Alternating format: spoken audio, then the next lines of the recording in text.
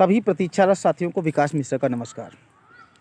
साथियों, आप लोग जानते हैं कि हम लोग लगातार विषम परिस्थितियों से गुजर रहे हैं। ना तो सरकार से कोई स्पष्ट आश्वासन मिल रहा है, ना शिक्षा मंत्री जी कुछ कह रहे हैं।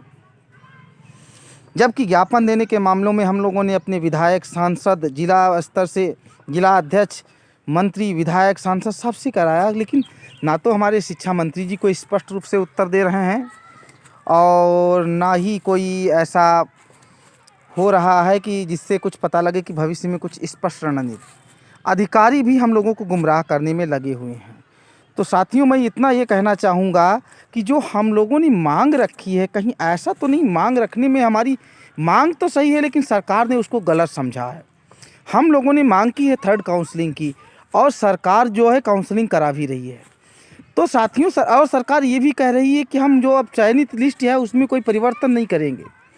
तो साथियों, मैं इतना कहना चाहूँगा कि अब ज़रूरत है अपनी बात को सही और स्पष्ट रूप से रखने के लिए। साथियों, हम लोगों ने अभी तक थर्ड काउंसलिंग की मांग की है।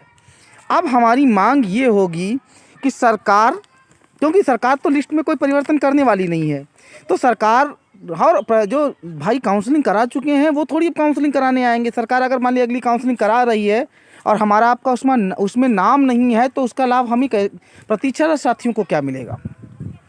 तो साथियों, हमें अपनी मांग को अब थोड़ा सा परिवर्तित करते हुए ज्ञापन देना है और ट्वीट करना है, संदेश देना है, बात रखनी है। हमें जो मैं अब कहने जा रहा हूँ उस चीज़ को बड़ा ध्यान से सभी साथी सुने और समझें, क्योंकि जो पिछली चयन सूची से है उससे हमारा कोई भला होने वाला नहीं, क्योंकि हमारा नाम उस लिस्ट में तो है ही नहीं, आपका नाम उस लिस्ट में है ही नहीं।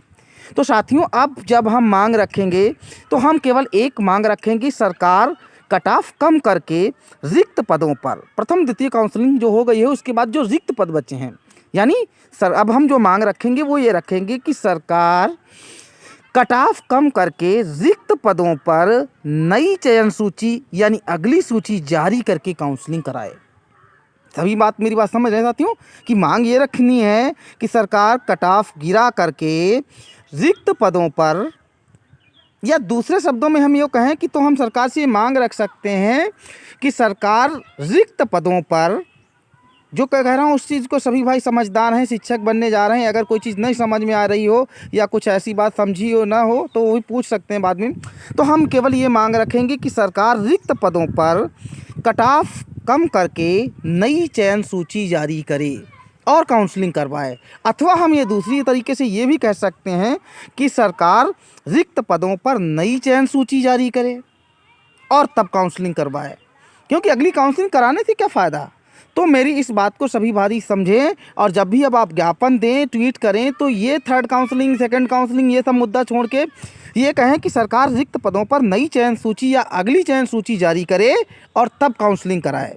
उसका लाभ तब मिलेगा। इस चीज़ को आज से ही ट्रेंड कराना शुरू करा दें, सोशल मीडिया पर, ट्विटर पर, इंस्टाग्राम पर मंत्री जी को चिट्ठी लिख करे या जो भी, कि सरकार रिक्त पदों पर नई चयन सूची जारी करके काउंसलिंग कराए।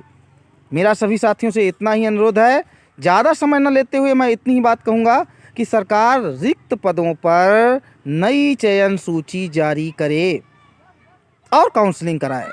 मेरे इस संदेश को सभी डिस्ट्रिक्ट तक सभी साथी, सभी भाई बहन पहुंचाएं।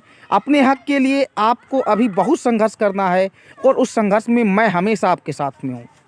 लखीमपुर की पूरी टीम आपके साथ में है, आपका भाई विकास मिश्रा हमेशा साथ में है।